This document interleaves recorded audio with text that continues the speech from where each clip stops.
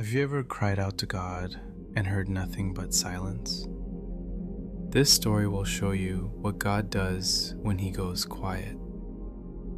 In the red clay hills of Alabama stood the Whitfield Plantation. Hundreds of black souls lived and died in chains on that land. Among them lived a man that everyone simply called Old Moses. Moses was not born on American soil like the others around him. He was stolen from West Africa when he was only 7 years old. Men with chains and rifles burned his village down one terrible night. They ripped him screaming from his mother's arms in the firelight. She reached for him, but the darkness swallowed her face whole forever. They chained him inside a slave ship with hundreds of stolen souls. Children died in that darkness and were thrown into the cold Black Sea. When the ship reached America, Moses was sold at auction like livestock.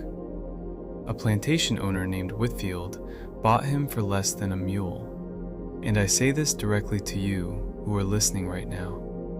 Imagine being 7 years old with a price tag on your body. That is what slavery did to millions of God's own precious children. Moses grew up picking cotton under the brutal, burning Alabama sun every day. If he slowed down, the overseer's whip tore across his bare back. By 15, his back carried more scars than his heart could ever count.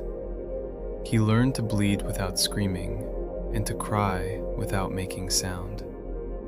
But Moses had one gift that slavery could never fully destroy inside him. His hands could carve anything beautiful from a rough piece of wood. The master forced him to carve fine furniture for the plantation house, but at night, Moses carved small wooden crosses by the pale moonlight.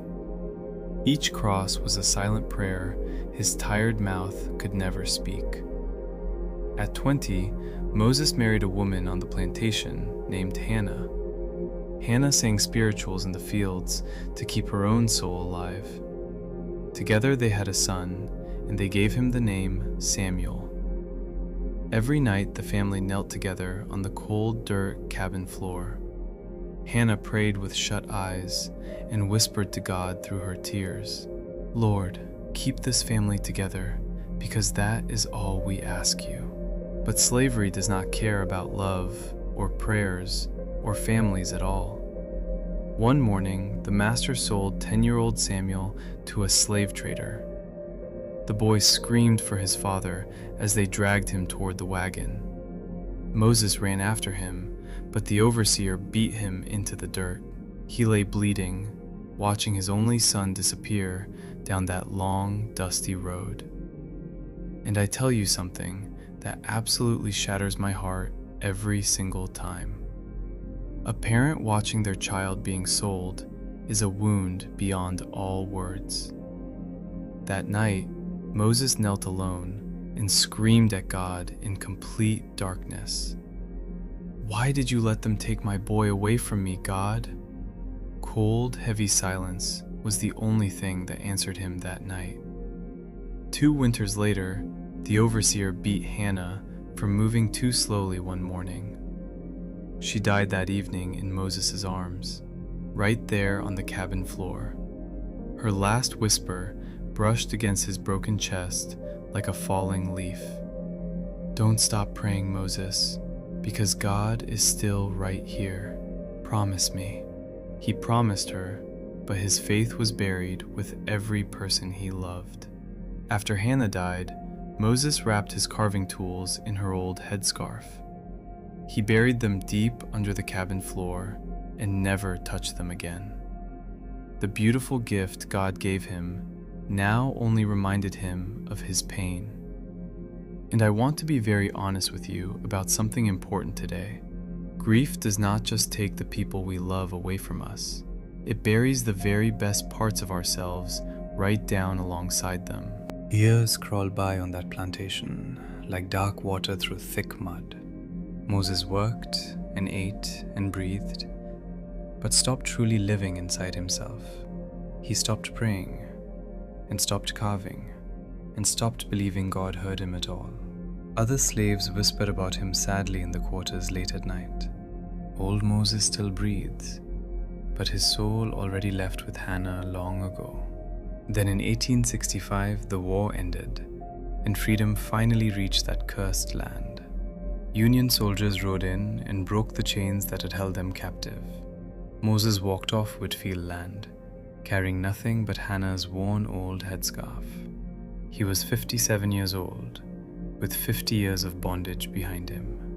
He settled alone in a tiny cabin on the outskirts of Selma, Alabama, free on paper, but more empty and broken inside than he had ever been. Every night, silence pressed on his chest like a stone on a grave, but every single morning, he still whispered one stubborn prayer to God. Lord, if you are still there, just make me useful before I die. And let me ask you something from the very bottom of my heart. Have you ever prayed words you were not even sure anyone heard? Keep praying, because what happened next will shake your entire soul apart. One rainy night, someone knocked desperately on Moses' old cabin door outside. He opened it and found a young girl shaking and soaking in mud. She was 12 years old, with scars on her arms and wild eyes. She had escaped from a place where freedom had never truly arrived. "Please," she whispered through cracked and bleeding lips, "they are chasing me." Moses did not hesitate for even one single heartbeat that dark night. He pulled her inside and wrapped her gently in Hannah's old headscarf. Her name was Mercy, and she had never known real kindness before.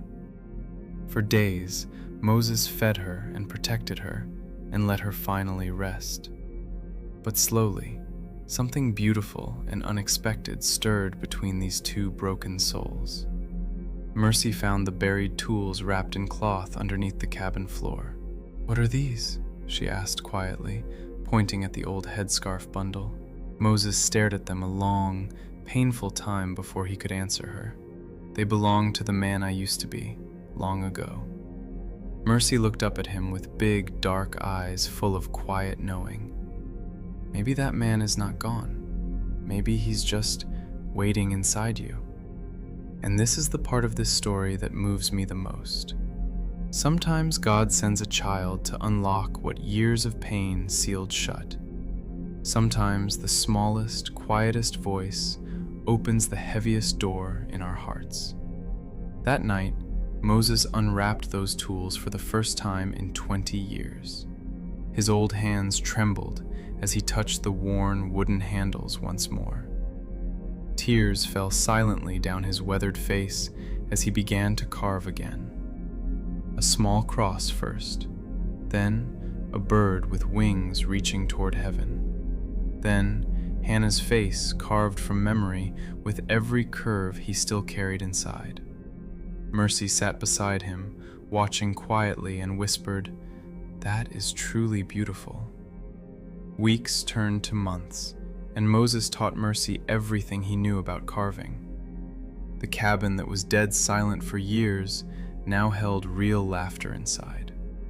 Moses began to pray again, with actual faith living behind his words this time. Then, one cool autumn morning, a tall stranger walked slowly up the road. He stopped at the gate and stared at Moses sitting on the porch. Moses looked at this man's eyes, and his heart stopped beating completely. Those eyes, Hannah's deep brown eyes, looking straight back at him across time. "Father?" The stranger's voice cracked open like old dry wood splitting apart. "Samuel?" Moses barely breathed the name he carried for 23 long years. His son. The boy ripped screaming from his arms that terrible spring morning, standing right there, alive in front of him, like prayer made into flesh. They grabbed each other in that doorway and wept without any shame at all.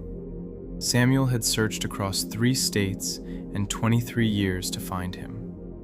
That night, Moses carved a new cross, and held it toward the dark sky. He prayed with a voice that shook and cracked, but finally truly believed. God, I cursed your silence, and I doubted every part of your plan. But you were working inside every dark and painful moment of my life. You kept my son alive, and you sent this child to heal me. Your plan was always bigger than my pain. It was always bigger. And this is my final question for you today, my dear and precious friend. What pain are you carrying right now that feels like the end? What if God is working inside your darkest and most silent moment? Moses was stolen. Moses was whipped. Moses lost every soul he ever loved. But God never forgot his name, not for even one single heartbeat. And God has not forgotten your name either, not today and not ever. Every tear you cry alone, he is keeping safe inside his hands. Every prayer you whisper when hope is gone, he hears it clearly. And one day, he will answer every single one at the same time. Love given through God never disappears from this broken and hurting world. It only finds new and beautiful places to live and grow and heal.